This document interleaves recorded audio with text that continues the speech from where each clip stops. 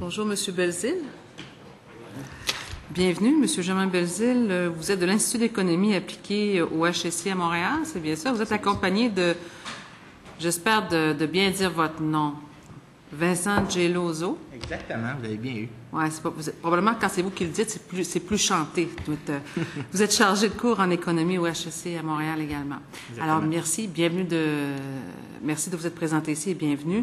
10 minutes, présenter l'essentiel de vos réflexions. Ensuite, s'en suivent des échanges avec les parlementaires. Parfait, merci. On vous écoute. Alors, nous n'avons pas de mémoire. Nous avons déjà contribué à une étude sur le sujet. Et puis, nous avons plutôt une communication pour vous. Alors donc, mon nom est Germain Belzile, je suis économiste, je suis maître d'enseignement à HEC. J'enseigne entre autres l'économie des industries culturelles.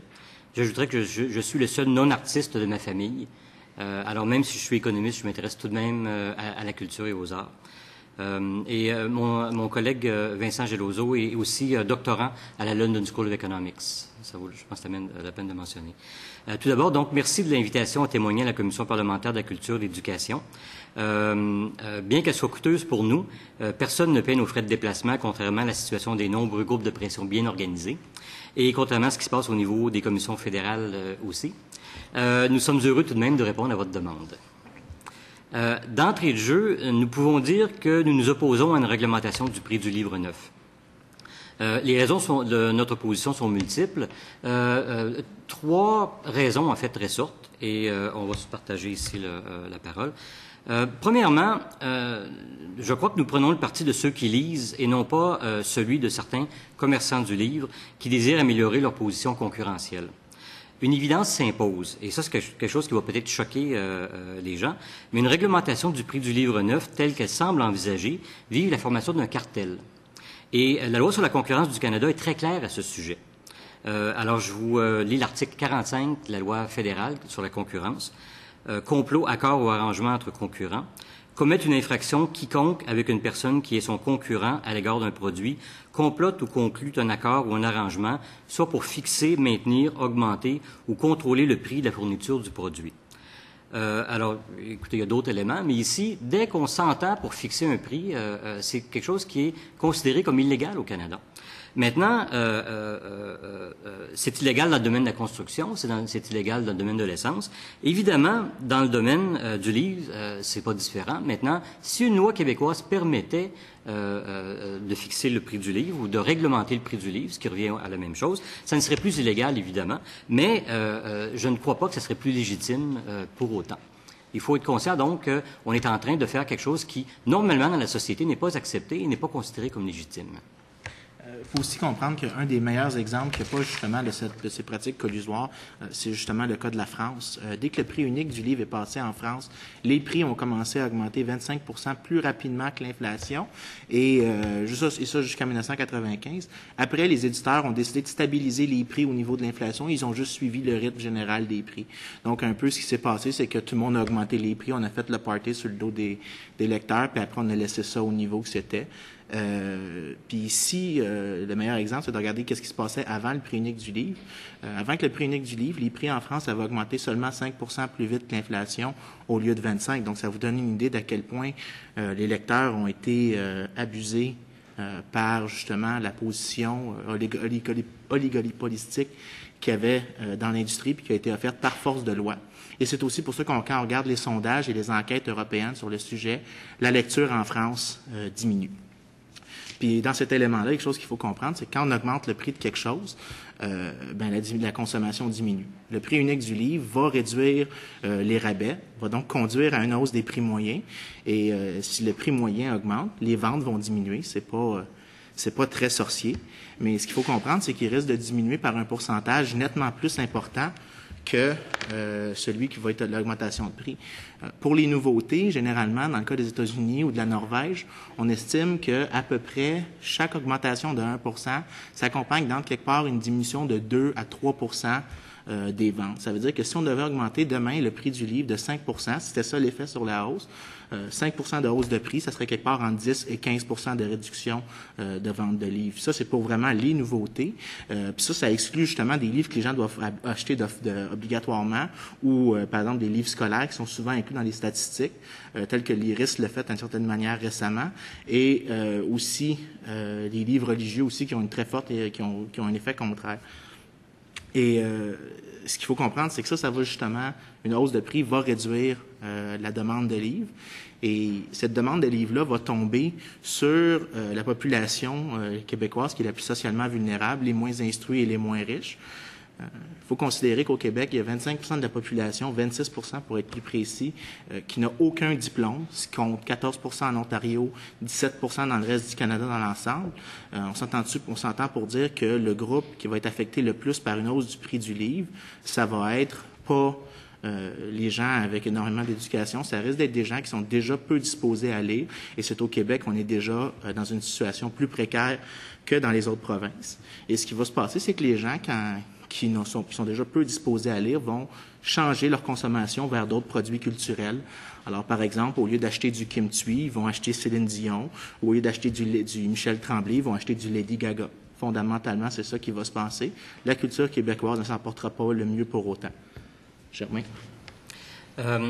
Maintenant, un point qui ressort beaucoup des interventions autour du débat, c'est que une telle politique serait la bouée de sauvetage des librairies indépendantes. Selon beaucoup de personnes, les librairies indépendantes sont les garants de la bibliodiversité du monde littéraire. Nous avons beaucoup de difficultés à croire ça, et ça pour plusieurs raisons.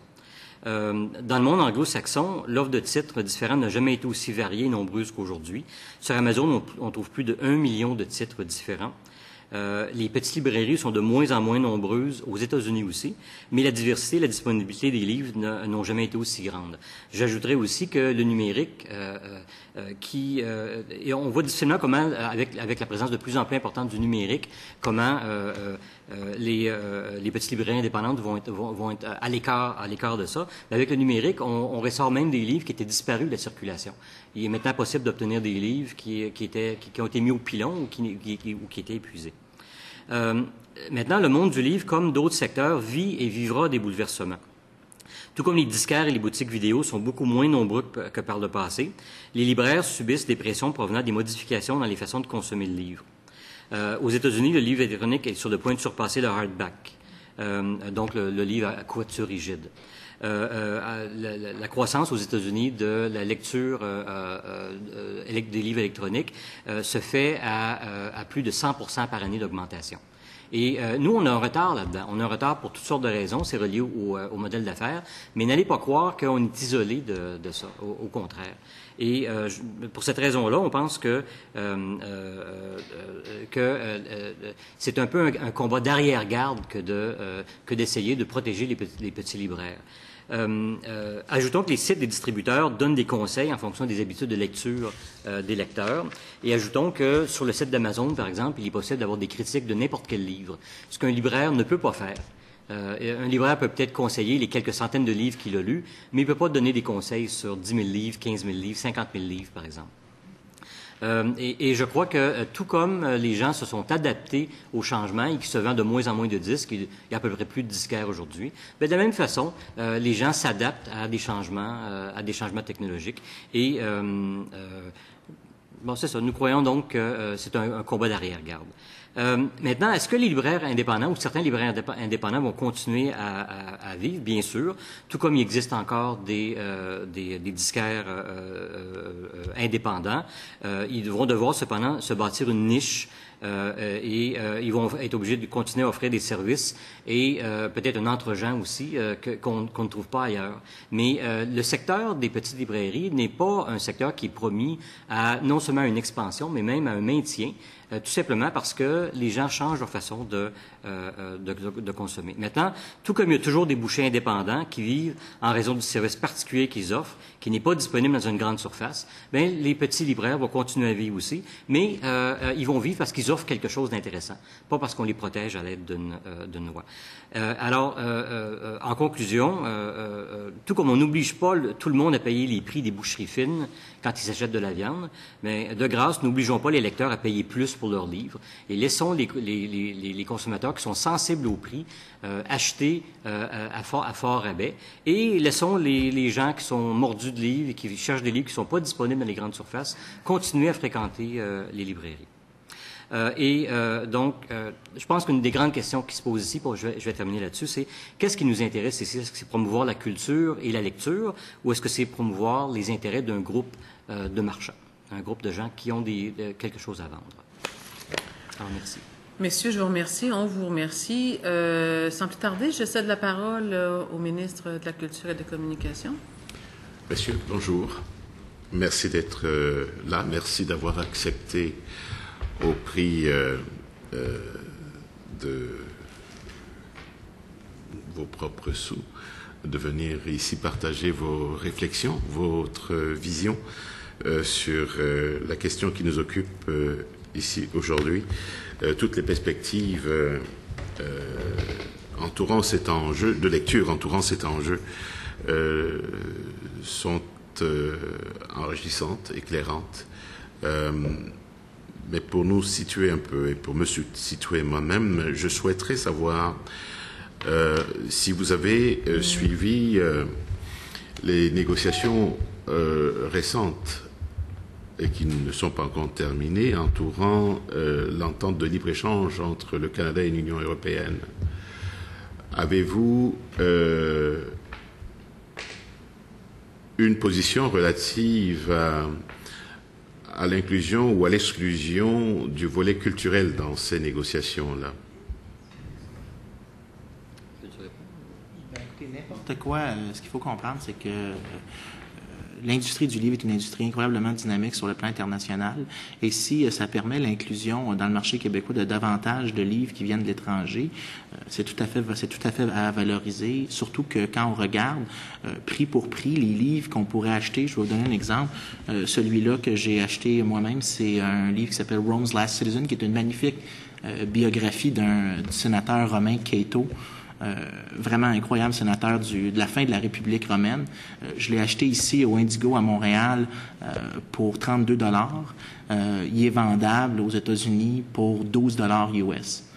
Je verrais pas de problème. Puis en plus, je sais qu'en Grande-Bretagne, il se vend à peu près à 13 pounds, donc un petit peu moins que le prix québécois. Définitivement, si on pouvait augmenter des importations de livres qui viennent d'endroits moins chers, ça augmenterait justement la diversité culturelle. Puis ça augmenterait surtout les titres en anglais pour des lecteurs très spécialisés qui cherchent à avoir des livres sur des sujets qui sont justement en anglais. Puis les livres les plus populaires d'habitude, comme par exemple les Harry Potter ou tous les best-sellers, deviennent rapidement traduits dans la langue française. Donc il n'y a pas une menace tant que ça pour la langue française de plus de libre-échange, puis plus d'accès à la culture et justement de réduire les prix par les forces d'avoir des marchés plus grands. Vous me corrigerez, je voulais juste préciser ma question et de savoir si vous avez une position claire, à savoir si on défend l'exception culturelle ou si on laisse aller ce volet dans les ententes économiques qui pourraient être négociées. La question s'est posée dans le cadre de la convention, des débats entourant la convention sur la diversité culturelle adoptée par l'UNESCO. Et aujourd'hui, à une autre échelle, la question se pose dans le projet d'entente entre le Canada et l'Union européenne. Je voulais juste savoir votre position sur cette question. Est-ce que vous êtes pour ou contre l'exception culturelle? Évidemment, nous ne sommes pas consultés avant parce que c'est un peu peut-être en dehors du sujet strict de la réglementation du prix du livre. Je ne crois pas qu'on doive avoir peur de la mondialisation au niveau de la culture. Nous vivons dans une culture extrêmement mondialisée, mais ça veut dire que nous profitons de la culture de partout dans le monde. Et on ne doit pas avoir peur de ça. Nous lisons en français John Irving, nous lisons en français plein d'auteurs de partout dans le monde. Je pense que c'est une richesse culturelle. Et je pense qu'il faut faire la promotion de notre culture. Mais je pense surtout qu'il faut être le plus ouvert possible à la culture de partout dans le monde. Alors moi, je vous dirais que d'entrée de jeu, je ne serais pas tellement en faveur d'un protectionnisme culturel, si c'est ce que vous... Voilà, exactement, c'est ce que je voulais entendre.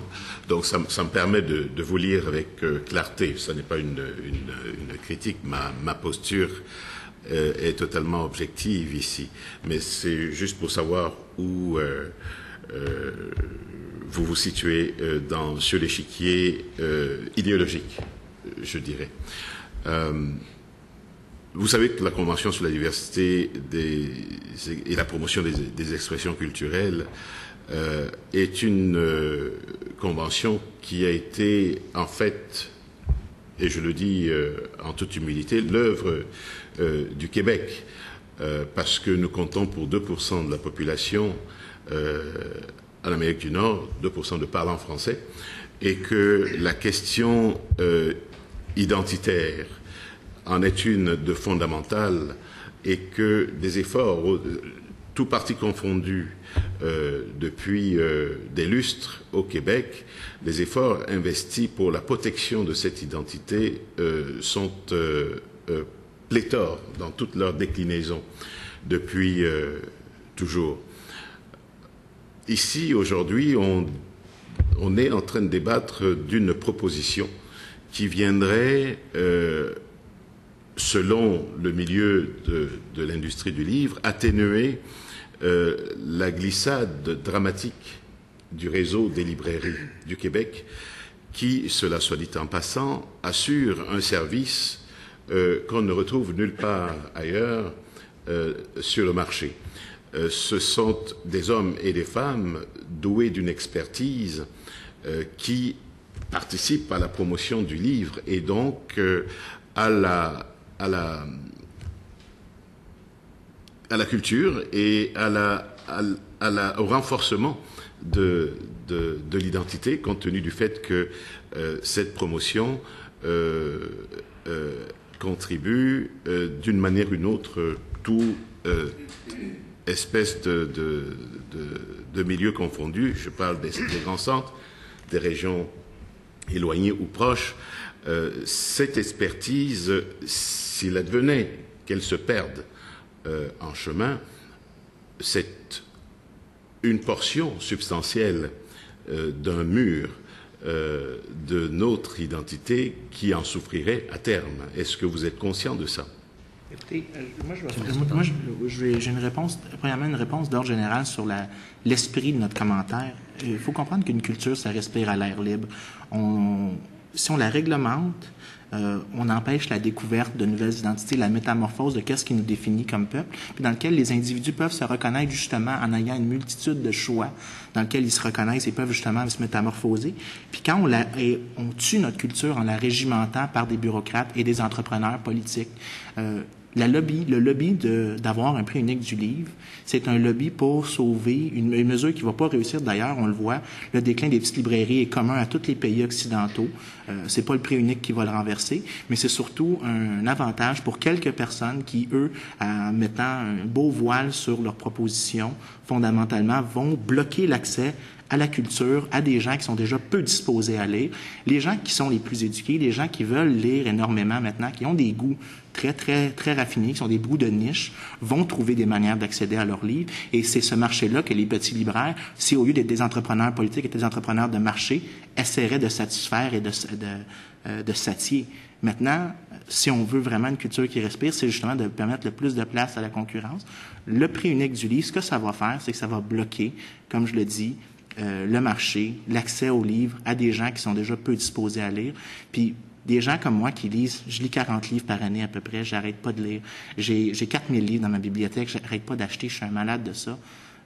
Moi, si on m'augmente le prix du livre, je vais juste l'acheter ailleurs. Ça va même pas sauver les petites librairies. Fait que, faut partir d'un postulat basé aussi sur un constat que la culture, ça se réglemente pas. Mais la culture, ça se protège.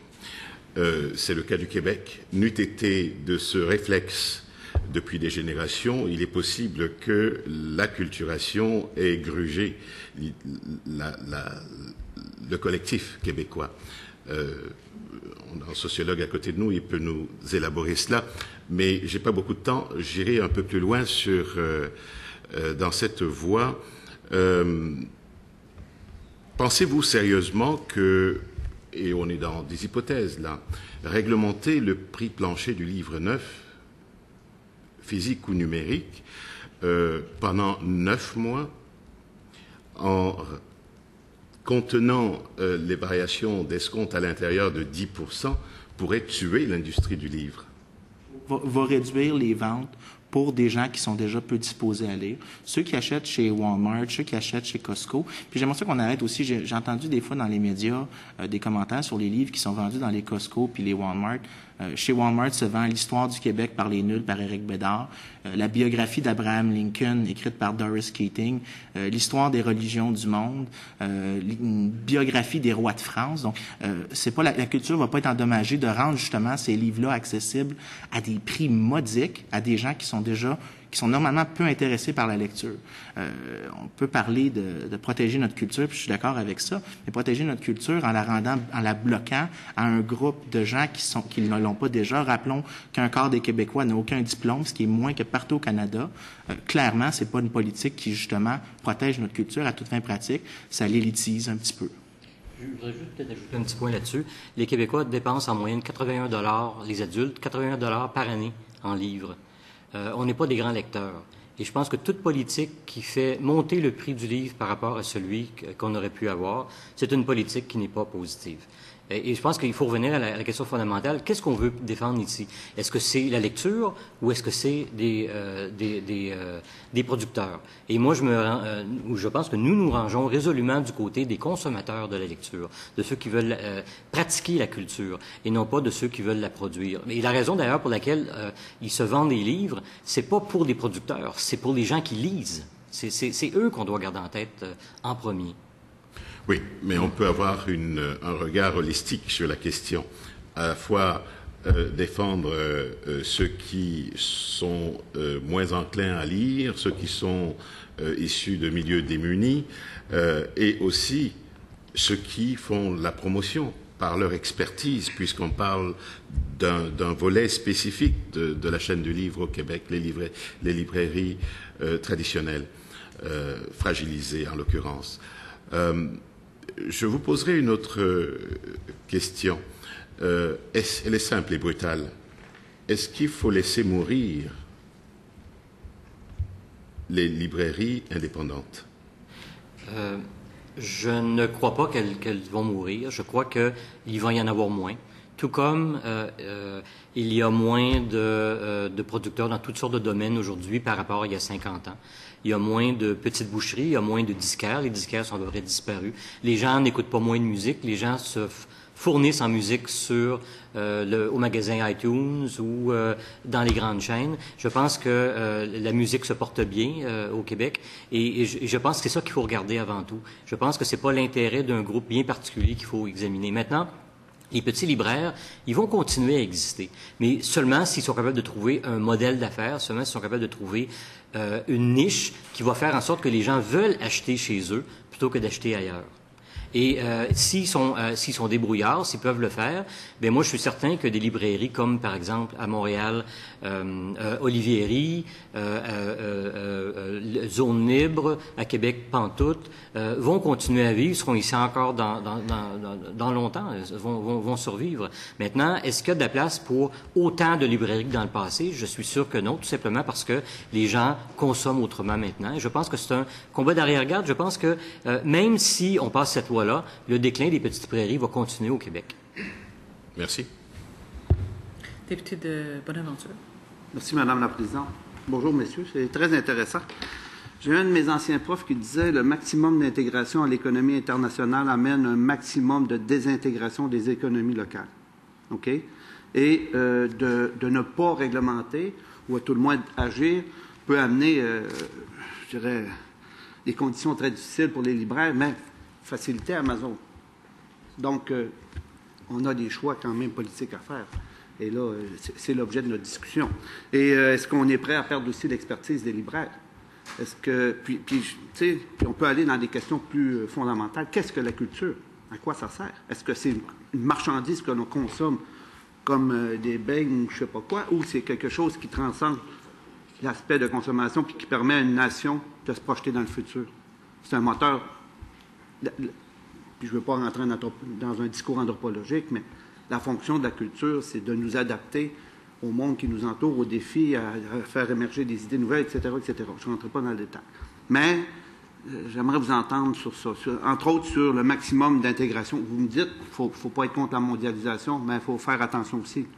On voit ça quand Walmart s'installe à quelque part, c'est tous les petits magasins qui meurent aux alentours, puis l'argent s'en va où? On ne s'en vient pas chez le marchand ou qui va prendre son argent qu'il fait, puis qui va aller se faire couper les cheveux chez la coiffeuse ou vous comprenez ce que je veux dire. Donc, il y a quand même un point d'équilibre qui est important, puis il faut quand même protéger certains secteurs d'activité de notre société. Moi, je vous répondrais, allez-vous faire la même chose pour les quincailleries? Les quincailleries de quartier sont beaucoup moins nombreuses qu'elles l'étaient, parce que les gens se fournissent maintenant chez Home Depot ou Renault Depot ou autres. Les méthodes de consommation, vous savez, c'est pas un terme qui est méchant, hein, qui est sale, hein, mais les méthodes par lesquelles les gens ont accès à la culture, on peut appeler ça la consommation, on peut appeler ça autre chose, ça change, tout comme les moyens d'accès à toutes sortes de choses changent dans notre société. Et je ne pense pas qu'en rendant moins intéressant l'achat de lecture à certains endroits, qu'on va promouvoir la culture tout court. La culture québécoise, elle rayonne en dehors du Québec. Et je ne crois pas que ça soit par la réglementation ou que ça soit à cause de la réglementation que les succès du Cirque du Soleil, de Céline Dion, de Michel Tremblay ou autres soient là. Je pense que ce sont des gens qui sont des entrepreneurs, des promoteurs, des créateurs de culture, et je ne crois pas que ça quoi que ce soit à voir avec la question de protéger des groupes de producteurs sur place. Maintenant, la question de l'expertise ou de la soi-disant expertise des libraires. Évidemment, vous pouvez aller voir votre libraire. Si vous allez dans une librairie où il y a un bon libraire, il y a eu beaucoup de livres. Mais entre nous, il y a plein de gens qui ne sont pas libraires et qui ont lu beaucoup de livres aussi. Et de plus en plus, avec les moyens, avec l'Internet, avec les moyens modernes de communication, cette expertise-là, elle est disponible sans passer par le libraire. Merci. Moi, quand je veux en savoir plus sur un livre, je vais sur Amazon. Et sur Amazon, je vais avoir 50 critiques différentes d'un livre. Je vais avoir des liens sur des critiques Merci. Dans les journaux. Mais bon, Merci beaucoup, M. Belzile. J'ai déjà dépassé un peu le temps de nos collègues du gouvernement. Alors, je cède la parole maintenant à la députée de la Porte. Merci beaucoup, Madame la Présidente. Bonjour, messieurs. Alors, vous tenez des propos très intéressants. Vous avez parlé en début de votre plaidoyer le nombre de lecteurs en France qui diminuait. Vous avez noté cette diminution-là depuis quand? Et est-ce que vous ne l'attribuez pas à l'économie actuelle? Non, parce que les données de des quelques maisons de sondage qui justement documentaient ça pensaient à le début du déclin avant la récession. Donc non, il n'y a pas un lien avec la crise nécessairement. Il y avait une tendance de long terme. Alors surtout qu'on remarque que l'effet contraire s'est passé en Angleterre, où le prix unique du livre a été aboli en 1995. Il y a une légère augmentation dans les dernières années de la lecture chez les Britanniques. OK. Et comme vous savez, il y a quand même certaines législations un peu partout dans le monde qui ont mis en place la réglementation du prix du livre. Et c'est quand même une mesure louable pour eux. Alors, quels sont vos commentaires sur... Ça se fait, là, actuellement, ailleurs? Écoutez, je ne crois pas que ce soit parce que dans certains pays on le fait qu'il faille le faire. Je pense que de façon générale, dans le marché politique, dans l'arène politique, les producteurs ont un avantage sur les consommateurs. Il y a un sondage relativement récent qui a été publié sur justement la question de réglementation du livre au Québec. Et c'est assez clair que la majorité des Québécois ne sont pas en faveur, sont contre en fait. Maintenant, il est possible qu'il y ait une loi sur la réglementation du prix du livre. Je suis pas fou, là. Je ne crois pas que nous, on va nécessairement changer les choses seulement par notre intervention. Ceci étant dit, dans le marché ou dans l'arène politique, les producteurs sont beaucoup plus capables de s'organiser pour faire du lobbying et pour obtenir des choses que les consommateurs qui, eux, ne sont pas organisés. Et ça explique pourquoi, de façon générale, les producteurs agricoles obtiennent des avantages au détriment des consommateurs de produits agricoles qui paient plus cher.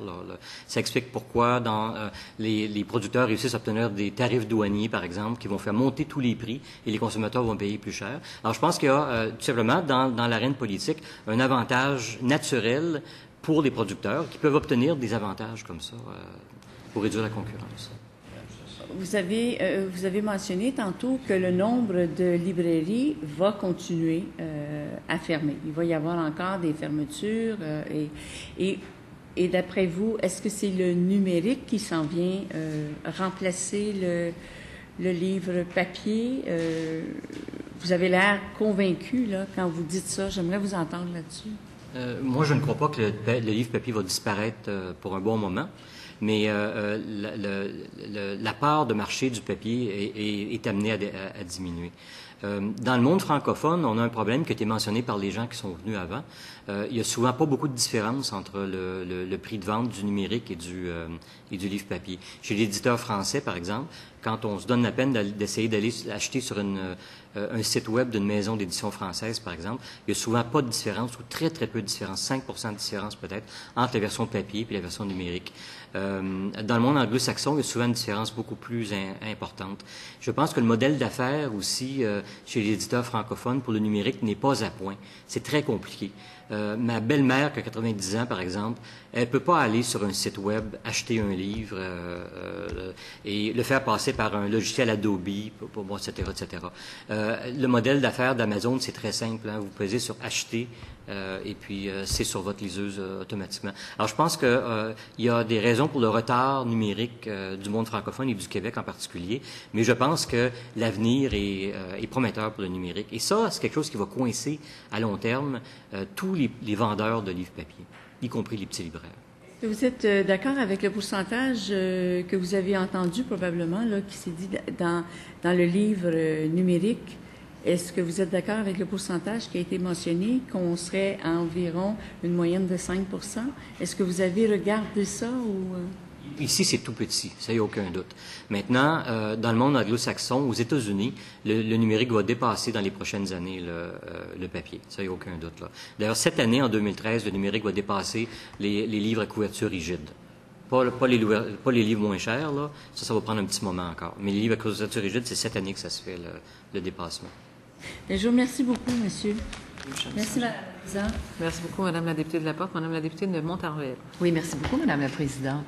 Bonjour, messieurs. Merci d'être ici. J'ai pris des notes parce que vous n'aviez pas de papier, donc j'ai pris des notes.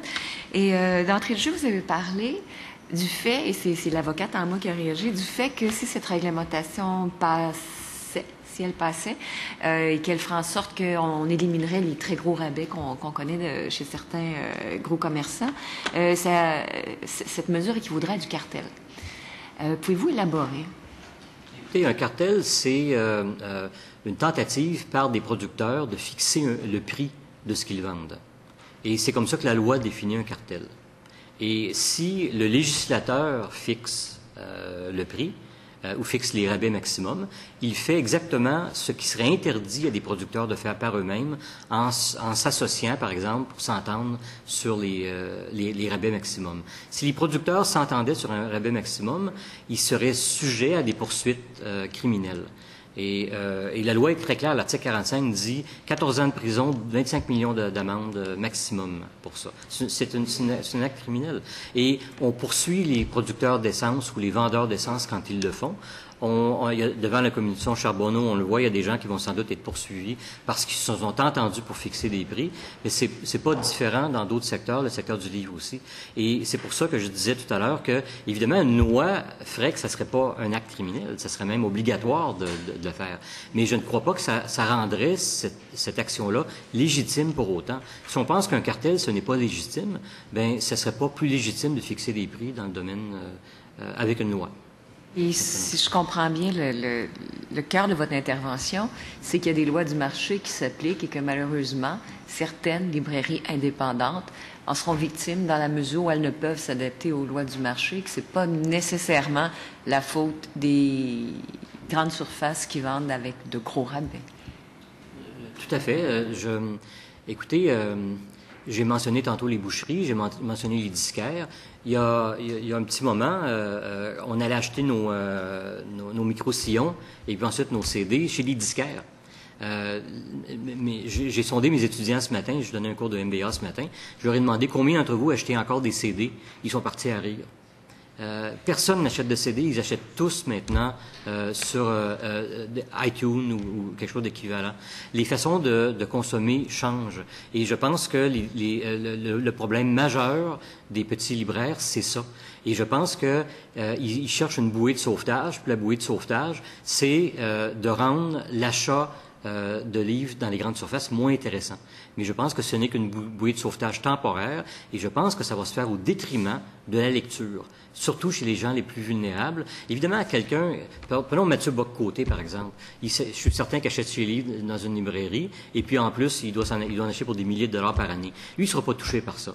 Mais les gens qui, sur un coup de tête, chez Costco, passent devant les livres, ils voient la dernière biographie de Ginette Renault, puis ils disent « Tiens, je vais l'acheter », ben, je pense que ces gens-là, ils se déplaceront pas de toute façon dans une petite librairie pour acheter un livre. Et je pense que c'est ces gens-là, avant tout, qui vont être touchés. Si le livre est 25 $ plutôt qu'être 17,95 $, il y a des chances qu'ils passent à côté et qu'ils achètent autre chose. Puis juste une chose, Germain, sur l'ampleur des rabais. Écoutez, je donne l'exemple de ce livre-là. Ici, j'ai été voir tantôt, c'est ce que je lis dernièrement. Aux États-Unis, ce livre-là peut se vendre chez Costco. C'est une biographie d'un sénateur romain, là, je vous rappelle. C'est pas un sujet vraiment hot, là.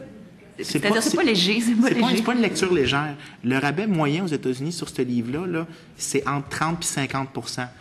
Ici, là, on me le dit, 29,99 aux États-Unis, 32 au Canada. Là, on parle de 30 à 50 % de rabais, puis ça fait même pas un an que c'est sorti, ça. Je veux dire, c'est gigantesque, là, les rabais sur des sujets comme ça peuvent se vendre chez Costco.